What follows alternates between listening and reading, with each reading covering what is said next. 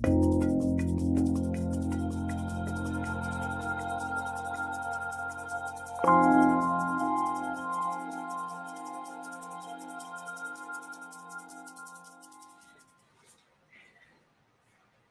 everyone. Thank you for being with me today, February, for my annual Valentine's Day dessert I want to call it an extravaganza. Patrick, our wonderful producer at Ruby, told me that this is the 5th time I've done a Valentine's Day live event.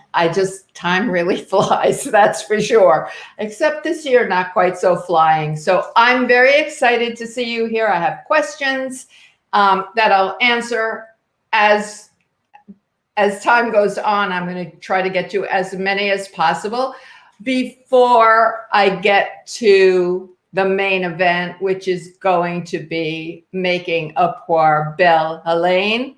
And of course, I'm going to veganize it. I got some beautiful Valentine's desserts for you to look at. Typically, people think of February 14th, Valentine's Day, as chocolate day.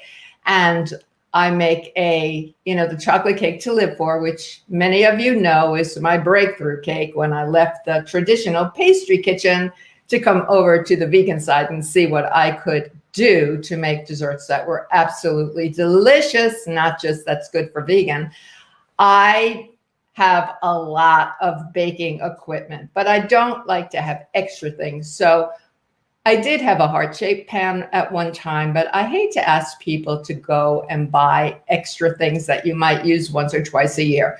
So to make a heart-shaped chocolate cake or any flavor cake, I know there are a few people who don't like chocolate, you just bake a cake in a round, and I actually cut that heart out by hand.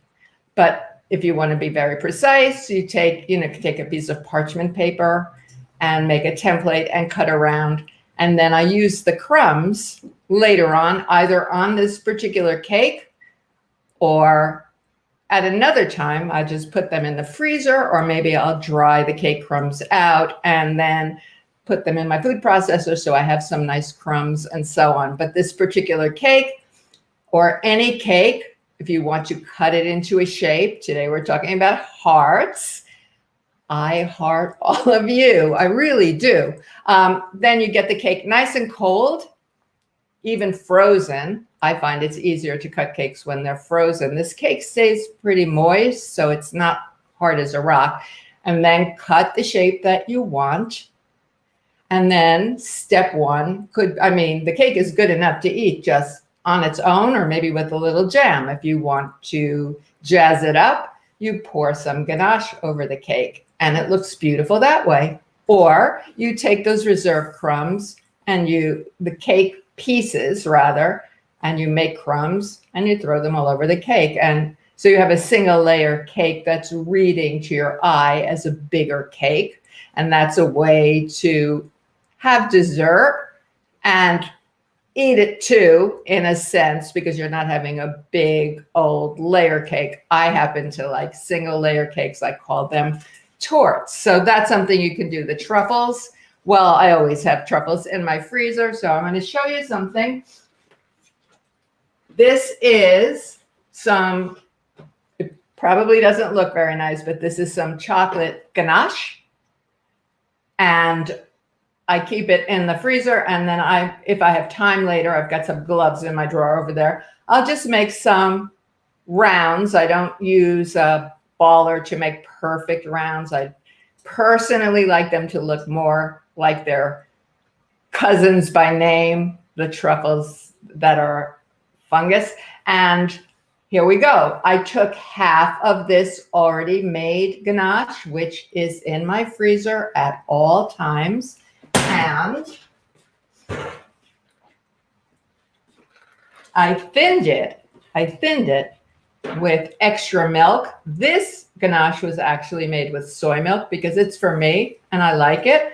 I tend to use oat milk. Oatly is my favorite brand, but almond milk, oat milk, any milk you like except for rice milk. Rice milk is too thin, doesn't have enough fat to make a nice ganache. So this will be the chocolate sauce for the poire belle Helene. And over here, I've got, let me not get this on me.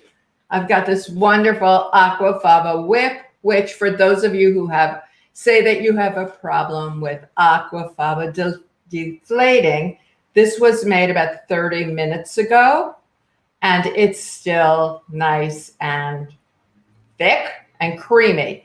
If it deflates, and I haven't had it refrigerated, if it deflates, I will just beat it again. So there's that. My pears, that's probably not very nice, have been poached, and I want to talk about that.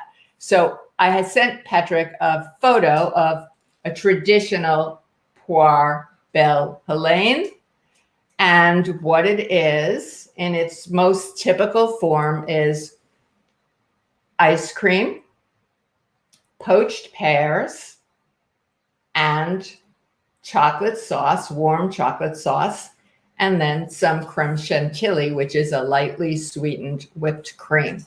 Easy enough to veganize, don't you think? So I'm going to build one, but I want you to know I should say at this point, we have an event document for you to download, and I have the recipe for the poire belle Helene made with, it's actually jasmine poached pears, and I have it right here, that is made with some wine.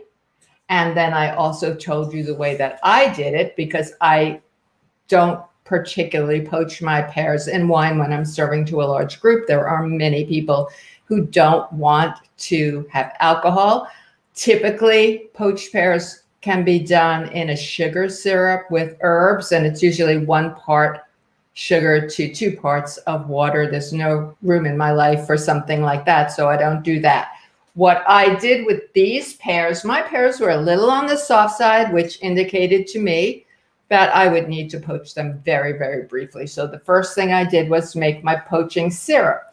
Now, I have a really good friend in Philadelphia. I have a number of really good friends in Philadelphia, but my friend Susan, who may be here today, and if I'm saying anything wrong about the pomegranate molasses, then Susan, please put a statement into the Q&A. By the way, before I go further, the Q&A is on the right side of your screen. If you have a question or a comment, just add it right there, and I will get to those questions after I make the desserts. So Susan had given me some pomegranate molasses, and the writing is all in Turkish, but I have had pomegranate molasses before, and I really like it. It's very thick. It has a very definite taste. I wouldn't call it sweet. I wouldn't call it sour. Some of you may be familiar with it. But so in my mind, what I wanted to do, well, let me back up a minute. Really what I was going to do first was poach my pears, see if I could poach them in a ginger kombucha. But I have a giant bottle, kind of was brought over by mistake, and I couldn't get it open, and not even with gloves on. So I thought to myself, stop, because if there's a reason that bottle isn't opening and I got it open, you can imagine what would happen. So this is the bottle of pomegranate molasses that I got from Susan, and I don't know what it says. I didn't use Google Translate on it, but I checked with her that it is pure pomegranate molasses. I decanted it into a jar, what was left. It smells really good. And I added, for 1/3 of a cup of the pomegranate molasses, and again, you've got the recipe in the document, I added 2/3 water. I added some spices. These are the spices that I had drained out. Now, I went to the Flavor Bible, the Vegetarian Flavor Bible by Karen Page, Karen Page and Andrew Dornberg. They're a couple in life as well as writing partners. And it is a brilliant book because I wanted to see what really works with pomegranate. So I looked up pomegranate, and I didn't have allspice. So it's on my shopping list, but I used cardamom pods that I smashed. I had 2 small pieces of vanilla bean that I had taken the vanilla seeds out of. I had some What else is in here? Oh, I had some Birds of Paradise, which is really a kind of pepper. I put a little bit of that in, and a cinnamon stick, and a pinch of salt. And I simmered, and then I thought, well, I want it to taste a little bit acidic or similar to something that would be poached in wine. And what you do is you just add some vinegar. I mean, think about drinking shrubs. If Shar is here, would you put in the Q&A exactly what a shrub is?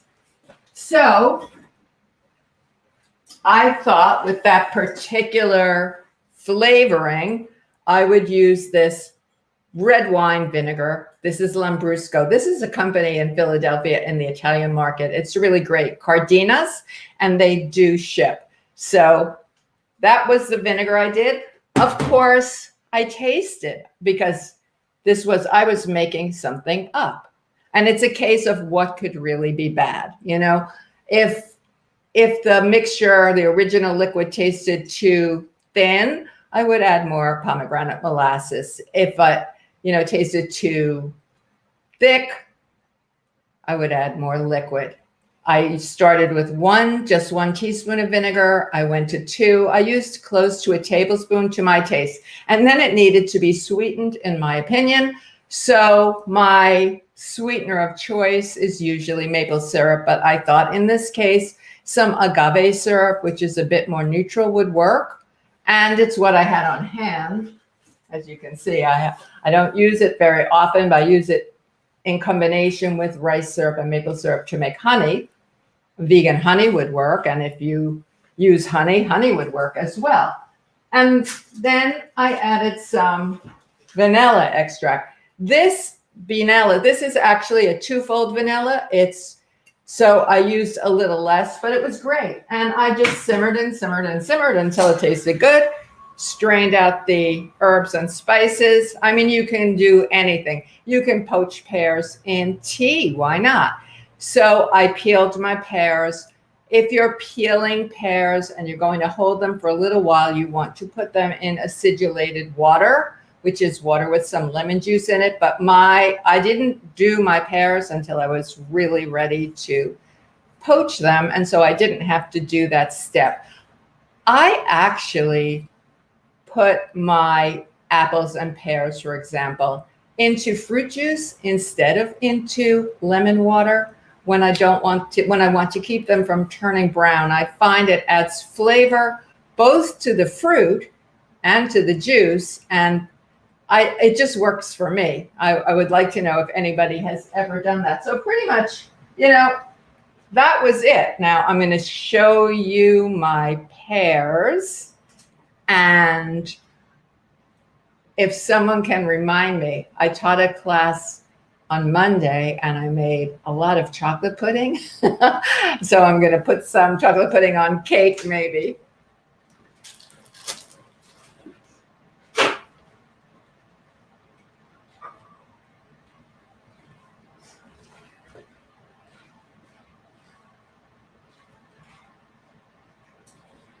All right.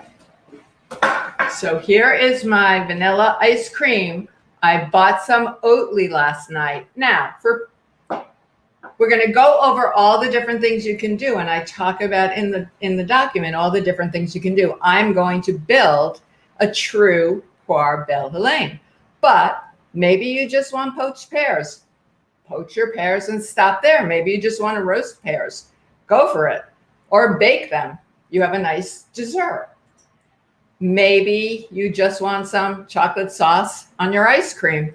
Great. What I did to make that ice cream, the chocolate sauce, as I told you, was I just thinned some already made ganache. I used 72% chocolate because that's the chocolate that I like. It's got rather low amount of sugar in it, and I think it's great. And then for the cream, I used the Aquafaba, really for a couple of reasons. One, because I have a whole bunch in my freezer. On the document, you have a link to how to Aquafaba, so it works every time. And I reduce Aquafaba. I should say, not everybody knows what it is. It's chickpea liquid. Well, it could be most any liquid from any bean. And I tend to use, I use chickpea. It's the most reliable. I think it's a very neutral tasting, but I know people have used white beans, white bean brine. And I had one student for her capstone for her dessert party, which is our the final exam. She wanted a kind of a purplish aquafaba, and she used black bean and chickpea together. And reading it, I couldn't imagine, but she actually got that. It was terrific. So I reduce, if it's from a can, I reduce it by a third. Canned aquafaba is usually 3/4 of a cup. I reduce it to a half, chill it. Stays in the fridge for a couple of days. I put it in the freezer and I mark it. When I'm cooking chickpeas in my Instant Pot and I have more brine, I reduce it usually by about a half. Put a little bit in my refrigerator to see how viscous it's going to be. And it works. Because I believe in mise en place. And we really stress that at Ruby. I had my aquafaba. I had my sugar, my organic cane sugar, finely ground and in a jar that says super fine organic cane sugar with a date that really helps you.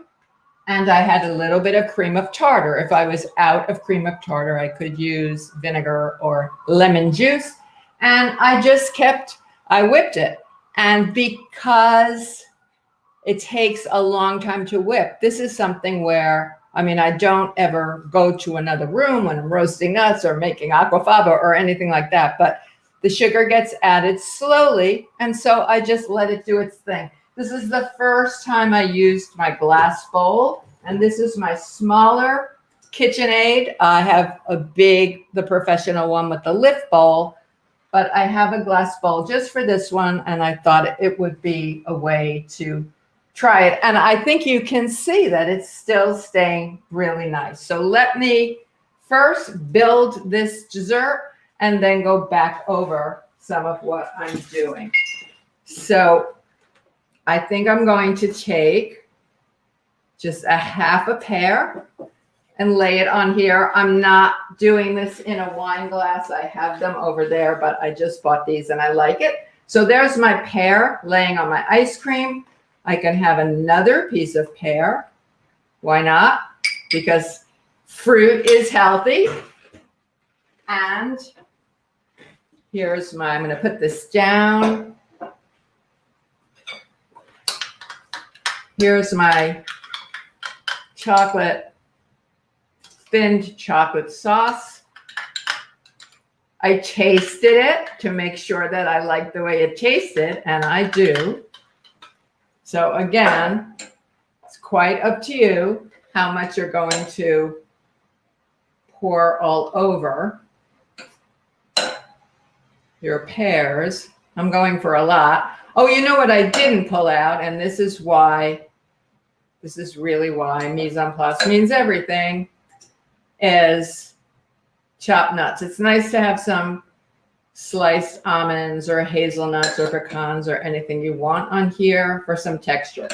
So here we go. And now aquafaba.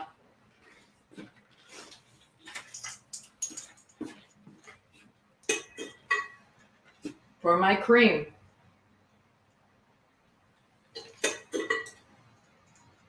And this is a dessert, really like the baked Alaska, which we make with aquafaba, where if you say to anyone who eats any which way, oh, I've made some poire belle Helene for you, and you don't say it's vegan, believe me, they're going to be just fine with it.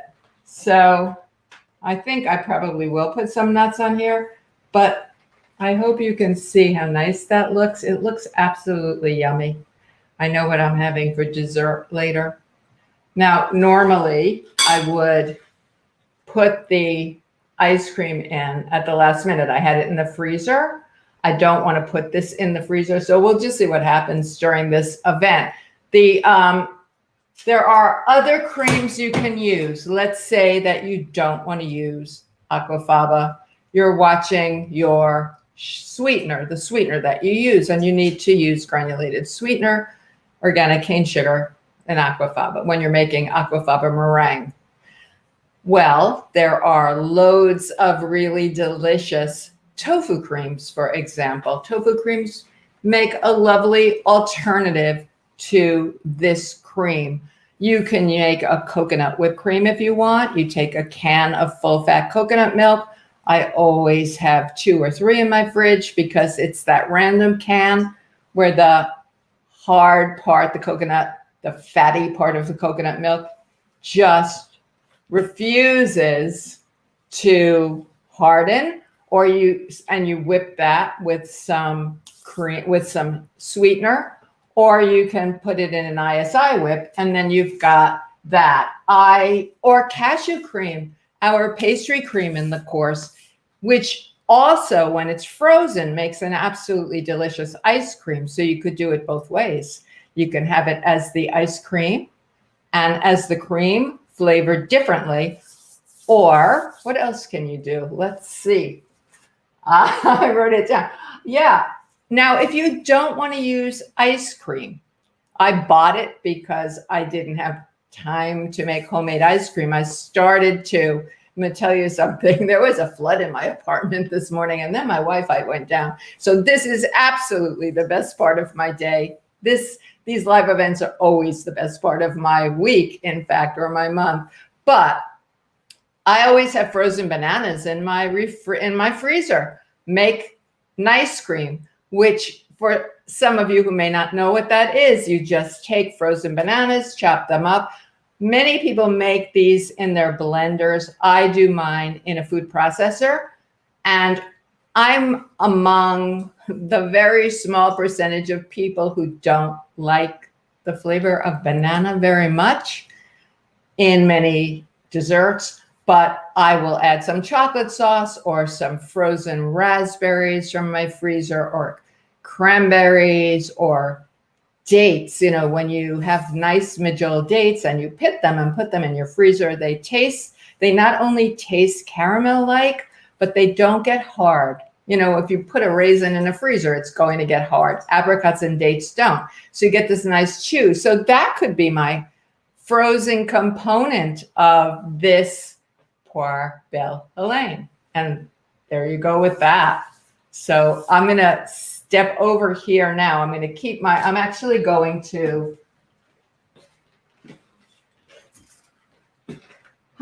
its little collar disappeared, but I'm going to put this over here. Oh, I want to show you something because I'm always trying different things. This is some ganache that I made also. I had a little bit of red wine sitting in my refrigerator for a period of time. And one night I just thought, what if I made ganache with red wine? Its flavor didn't sound good in my head, but I was just kind of determined to try. So I used a very small amount of chocolate and a small amount of red wine. And then I added some vegan butter. And it's actually very interesting. It's very interesting. So this one will go back into my freezer marked as red wine ganache. I could thin it. I mean, I could imagine that it would taste pretty nicely, pretty nice in the Poire Belle Helene, but that's entirely up to you. The last thing I want to say, I shouldn't turn my head, about the poaching liquid. So I poached the pears, and honestly, mine took 5 minutes, maybe less. I was right there because they were a little bit on the soft side. They weren't mushy. Don't be poaching mushy pears because that won't work out at all for you. You'll just have pear sauce. But I tested with a little, you can use a paring knife. I used a little toothpick, and I saw that they were fine. I pulled them out and drained them. If some recipes will tell you to cool your poached pears in the liquid. But, you know, they're going to keep cooking if the liquid is still hot or warm. So I put them out. I tasted, I strained, as I said, the poaching liquid. And then, no, it had been strained before I poached the pears. And then I tasted the poaching liquid. It was delicious, but I thought, I bet if I reduce it, I can get a nice syrup.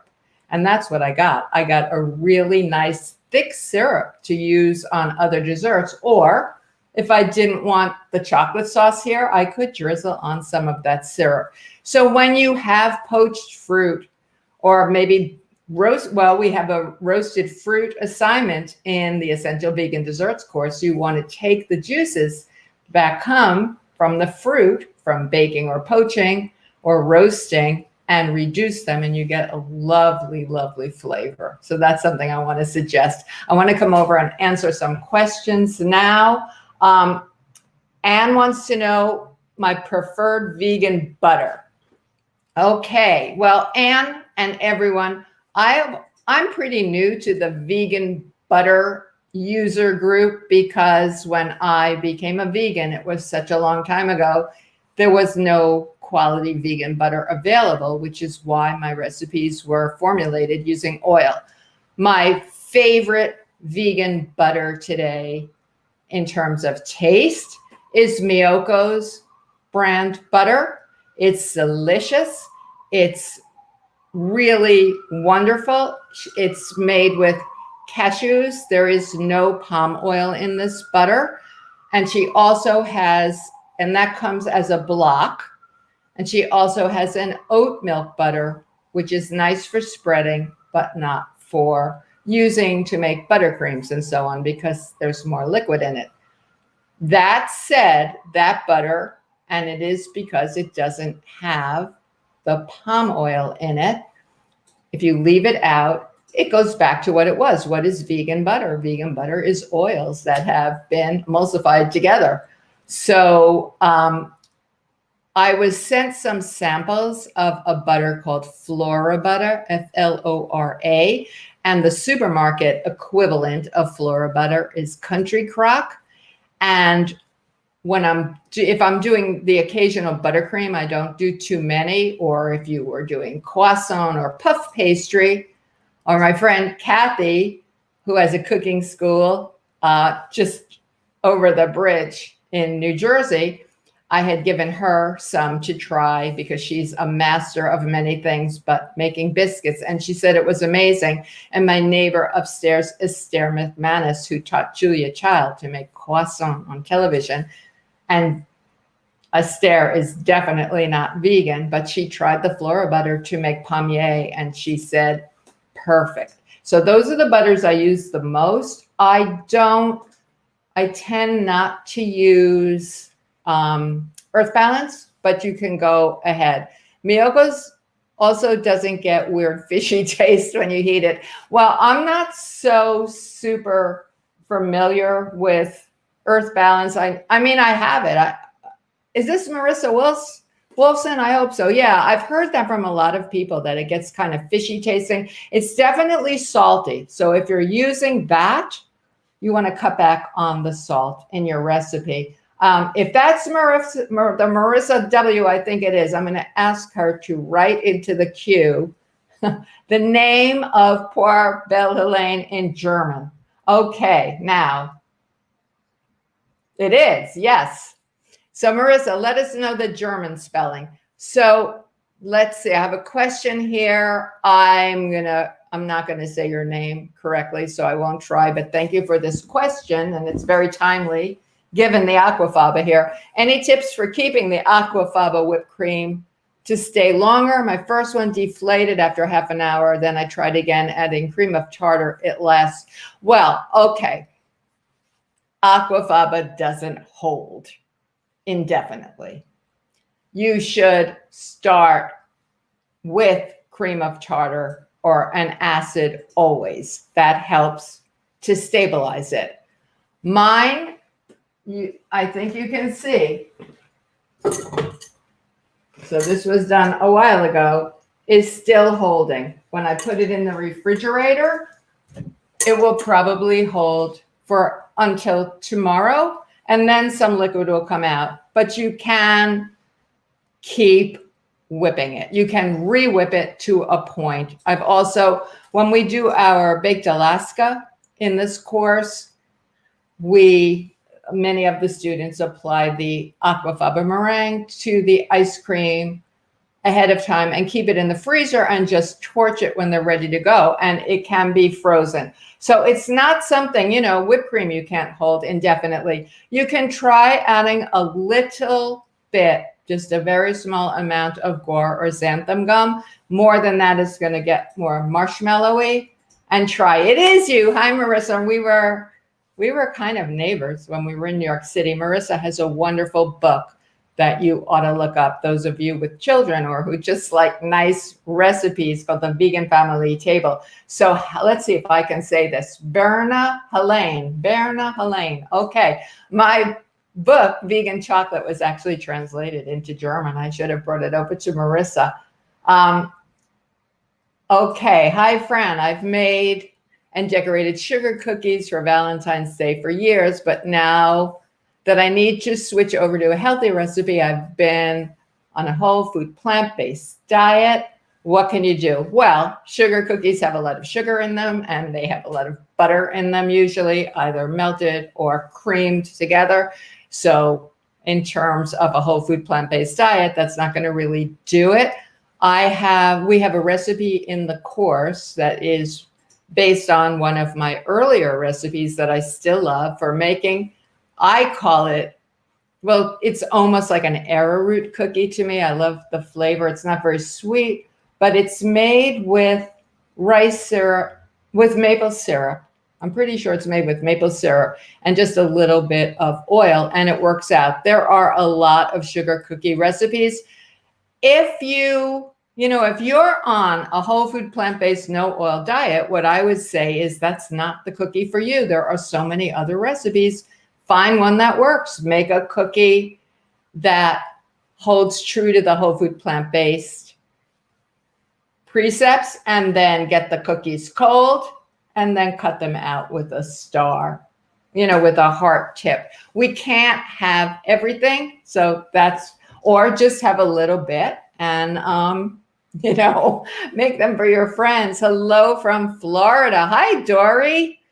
Dory is my neighbor, and Dory is a graduate of Plant Pro and a nutritionist and the expert in bread baking, particularly sourdough. So I'm happy to see you here, and I'd like to know what you're doing too.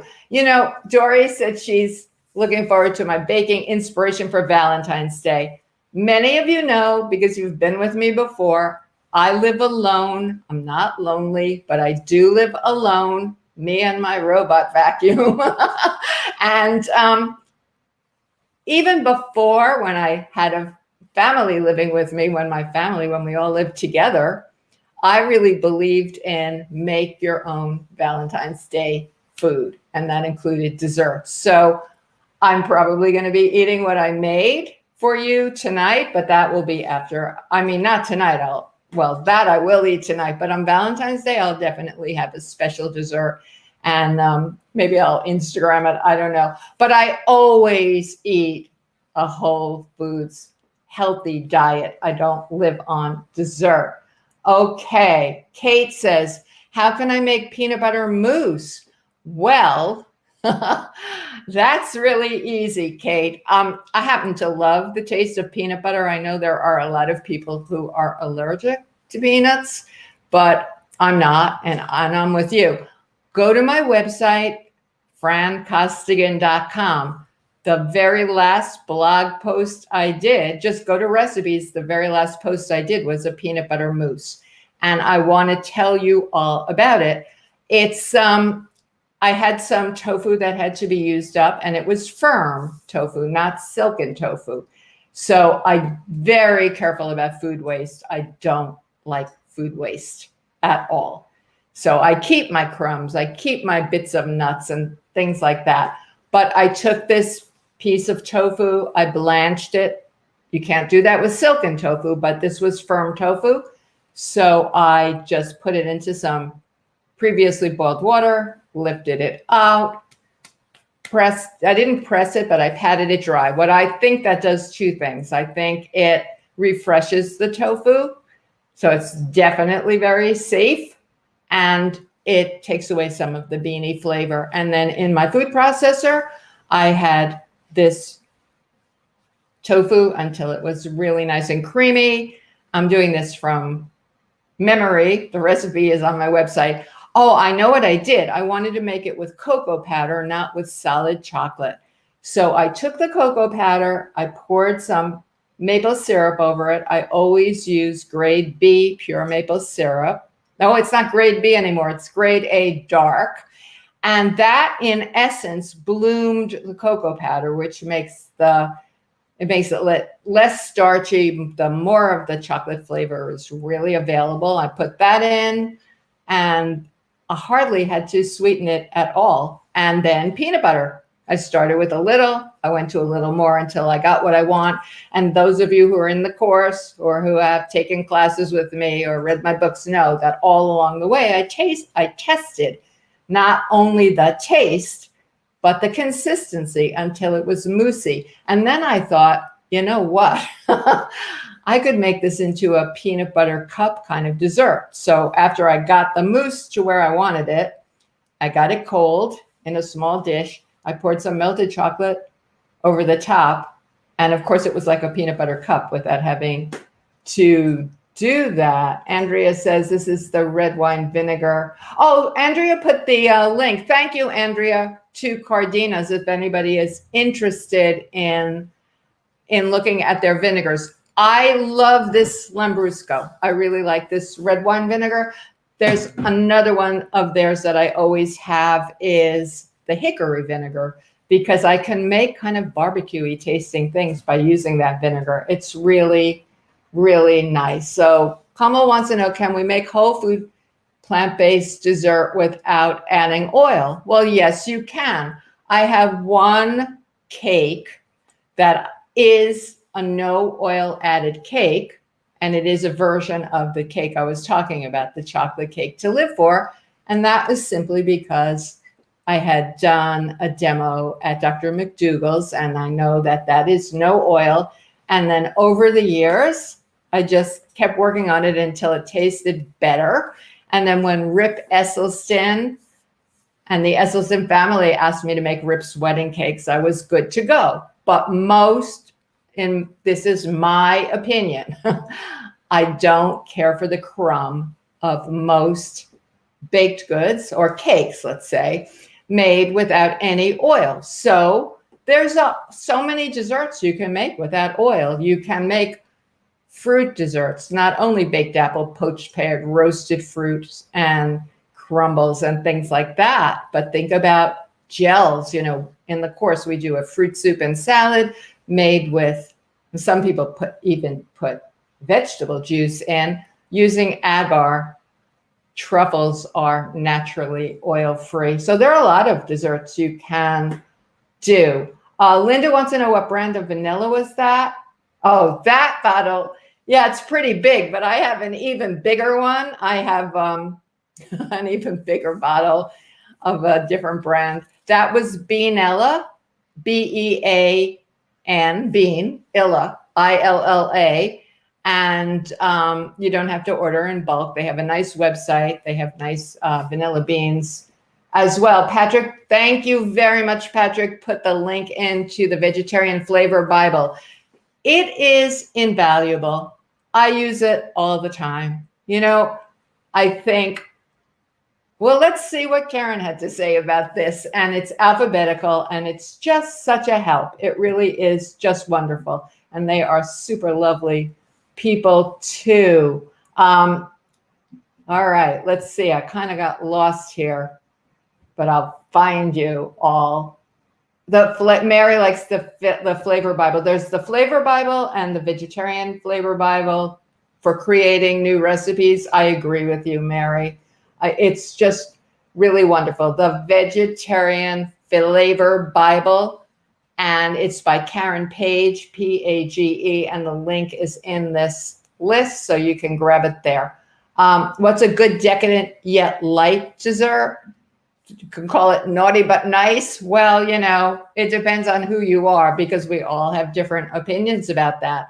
I mean, what I made today is a little more on the decadent side, I think, really because of the ice cream. And if I was making it for myself, well, I added more fruit than might be in that dessert. I probably would have had less cream if I was making it for myself. I'm a big baked apple fan. I love baked apples.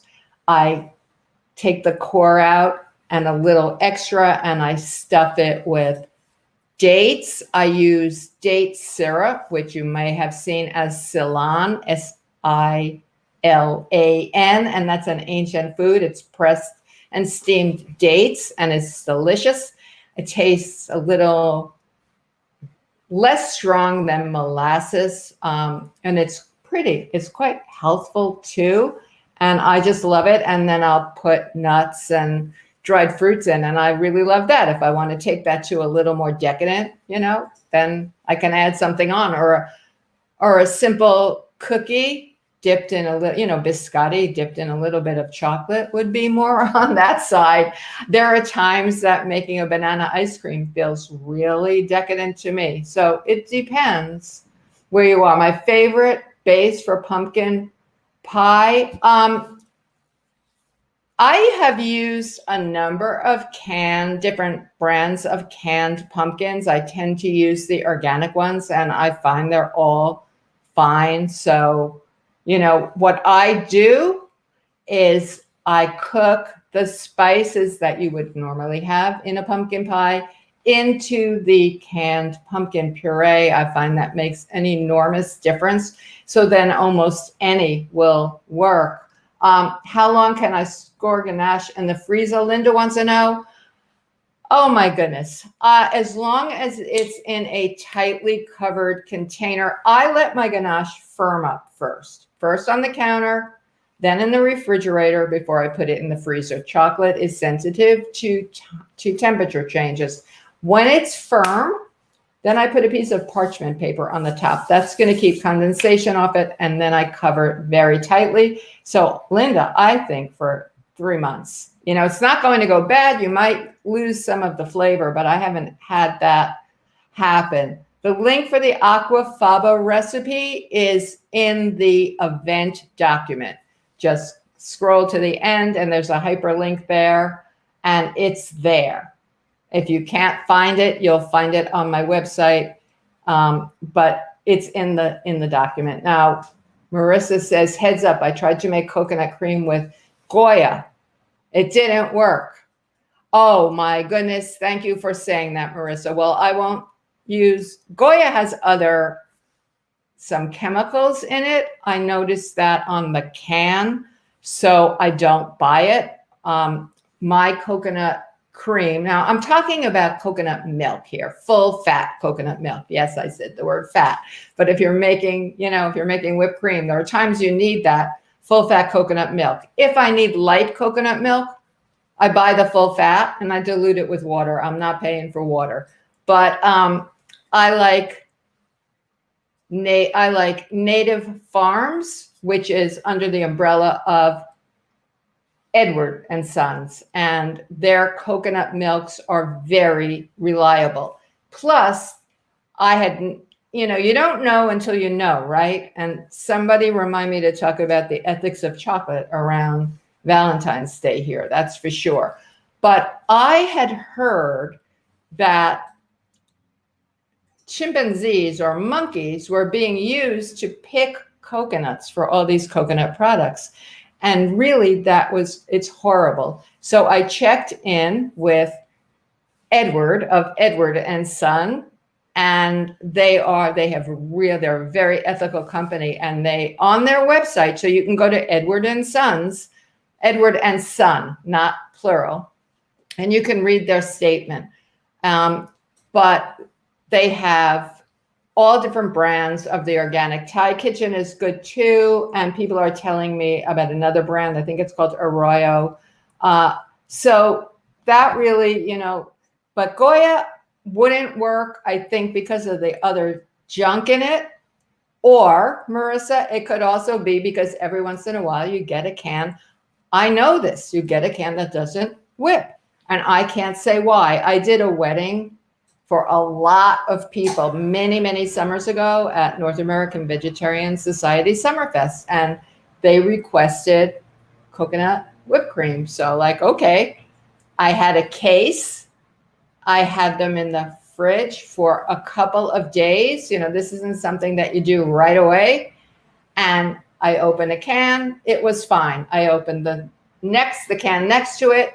It never hardened. I opened the can next to it. It wasn't okay. I opened the other can. It was okay.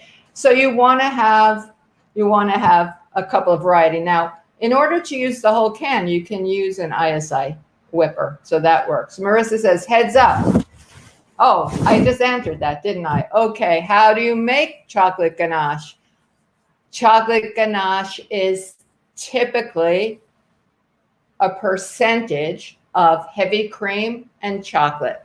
I use plant milk and chocolate. So to make a truffle ganache, we have a whole unit on this in the course, and I have lots of this in my book. But typically what you would do is for a truffle ganache, you're going to use 1-to-1 in terms of measurements. And for a pouring ganache, you're going to use more liquid.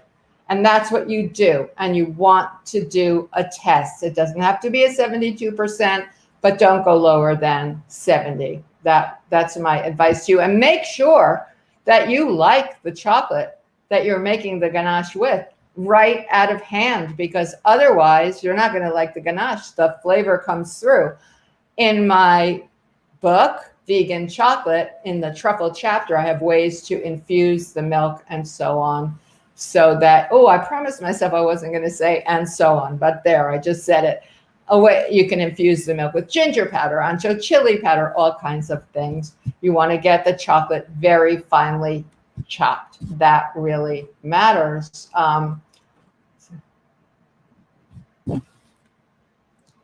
Okay, better? Halfway back. Okay, and there you go. Well, if you saw my ceiling, it's still my ceiling. I still haven't been able to do my kitchen renovation. All right. I'm glad that you're here, Lisa G. Monica wants to know what's my favorite oil-free dessert. I think we talked about that, but to impress, well, my daughter likes lemon. So she loves lemon. And so I like to make a lemon gel, or if you're from the old days when we went into vegan restaurants or natural food restaurants, they were called cantons because they're made with agar gel. I think a lemon gel with some fresh fruit is the bomb. I think it's just amazing. So today, that's what I'm thinking about. You know, it's winter where I live and I don't have a freezer full of fresh desserts. And that's where I go. I go to citrus. Natasha said she tried making ganache with the ruby chocolate, but failed. I haven't used the ruby chocolate, so I can't talk about it. And I don't know what the cocoa percentage is of that chocolate. But, you know, when you're using a particular kind of chocolate and it doesn't work, go to the company. I write to the companies all the time and say, hey, you know, I used this and I don't know, it just didn't work. Do you have any tips? Or go to their website. They may have some tips for you. But I'd like to know about that. Is there a gluten-free dessert that's easy to make and sugar-free and not expensive? Well, going back to those agar-based gels, you can get agar. Agar is a seaweed. It's a couple of seaweeds, actually. They don't taste like seaweed. They don't taste like nori. They have no flavor. Comes in 3 forms, but today a stick, flakes, and powder. But today people really use the powder or the flakes. It can be expensive to order online, but you can get these small bottles of agar powder from Now Foods, NOW, and you really use just a little bit. So what I would do is a nice sugar-free fruit juice, either bottled or press your own juice, or make some, make a puree with vegetables, vegetables you could, with fruit that you like, and strain it out, thin it, and make this lightly gelled fruit soup that we do in the course. It sounds so simple, and typically I'll get comments from students who say, oh my gosh, that sounded so boring. It was really delicious. So what you're doing is making a very, very barely gelled soup, and then you can put beautiful garnishes on this soup. You can add bits of complementary fruits, some flowers, some fresh herbs.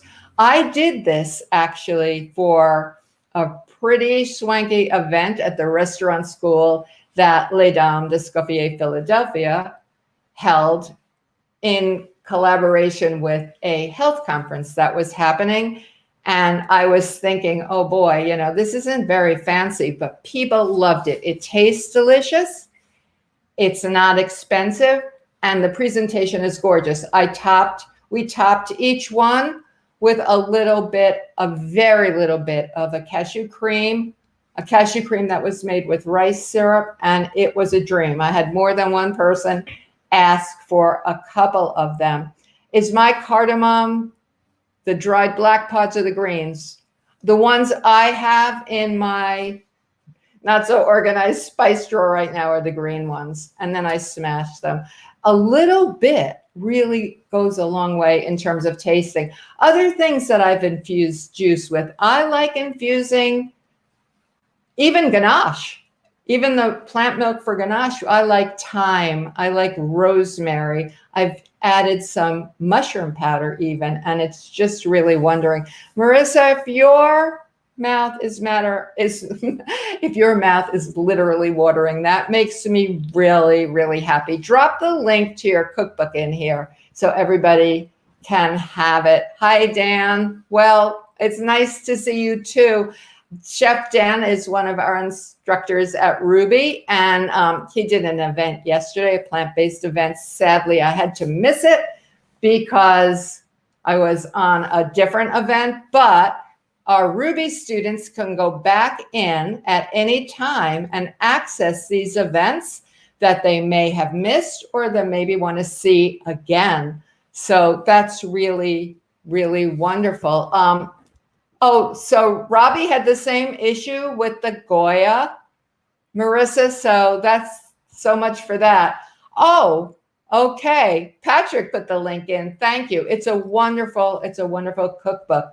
So, I usually start these events by doing a little housekeeping and talking to my students, and I didn't because I couldn't wait to get into here. But I just want to say now, anybody who is in the course, graduate or someone who started recently in February, remember, questions about a particular task are best asked in the dashboard. When you're in an assignment, look for the question mark on the page, hit it, because your answer might already be there. Somebody may have answered the question already. Asked the question, I answer them. Any questions of a technical nature, we have an amazing team at Ruby. Write to support@ruby.com and you'll get answers for sure. And you can write to me at fran@ruby.com. Remember to check the criteria for the assignment before you turn it in, because they change. So you want to make sure about that. But just keep inspiring me, because I tell you, I do some grading, and this is not an exaggeration. And then I go and run and make something to eat because they're just so beautiful. And if anyone is new to the course and hasn't yet joined the private Facebook group, Essential Vegan Desserts Facebook group, please do. It's a great place to meet your colleagues and stay in the group when you're finished. And then maybe you want a new mixer or a new immersion blender or a cake pan. That's a great place to get information like that. So that's what I would ask. I hope that, okay, so now we have a whole bunch of links for Marissa's books. That's really great. Anybody who is having Valentine's Day with a family or by themselves, I want to wish you love. We all need some extra love during this time, that's for sure. If you feel like you want to indulge and you don't normally indulge, have a smaller portion of something that you're really in the mood for and eat it with love for yourself and just don't worry about it. So the next day, you'll go back to the way you are. Do what works for you. I hope everyone will stay safe and healthy, and I'll look forward to seeing you in March. I can hardly believe where we are in this month. Just before I say goodbye, because it looks like it's that time, I know I had said I wanted to talk to you about ethical chocolate because so many people are buying chocolate desserts or chocolate bars or chocolate to make their own desserts this time of the year. So I learned a couple of years ago about the fact that there was child slavery rampant in the production of chocolate. I didn't know. Some of you probably know. Some of you may not know. You can't unhear what you know. And it just was shocking to me. You know, it's just an accident of birth. Chocolate production is really hard. It starts in the jungle. It's hot. It's sweaty. There's machetes. And the idea of these children being used in this way was just not okay with me. So I buy ethical chocolate, and it might cost a little bit more now, but that's what I do. Hershey's had said they would stop using child slaves by the year 2020. That went by the by, and now they're not so sure anymore. So I particularly avoid brands that won't make a statement or won't do the right thing. You can go to the Food Empowerment Project.org, and they have a chocolate list there. And you can see who's ethical and who isn't. The last thing I want to say about chocolate is the last few weeks I've been tasting some samples of vegan milk chocolate. Some are spelled MYLK. Some are spelled milk like dairy milk. Some are called by the milk it is, oat milk chocolate, coconut milk chocolate, and so on. The flavors are pretty different depending on which you buy. Sajax, and I probably am saying that wrong, but it's a chocolate company called, it's SJAAKS, has some wonderful handmade, not dairy milk chocolate truffles and chocolates to buy. I saw some vegan milk chocolate in Trader Joe's the last time I was there, admittedly a while ago, and it was okay. And Raka, which is an unroasted chocolate company, they may call themselves raw, but it's unroasted, has a milk chocolate as well. There are a number of them, so you can do a search if you're interested. Make sure to read the labels because you want to make sure that what you're getting is what you think. I don't love them. They taste a little like not such great quality chocolate to me, but I've had other people do some tasting, and particularly kids. So if you're missing milk chocolate, that's something you can do. Don't use it to make ganache or a fine cake. It won't work. So with that final word on chocolate, I'll go. This is like a big Jewish goodbye. I'm going to say goodbye. Thank you for being here with me today, and I hope to see many of you again in March. Have a happy holiday and be safe.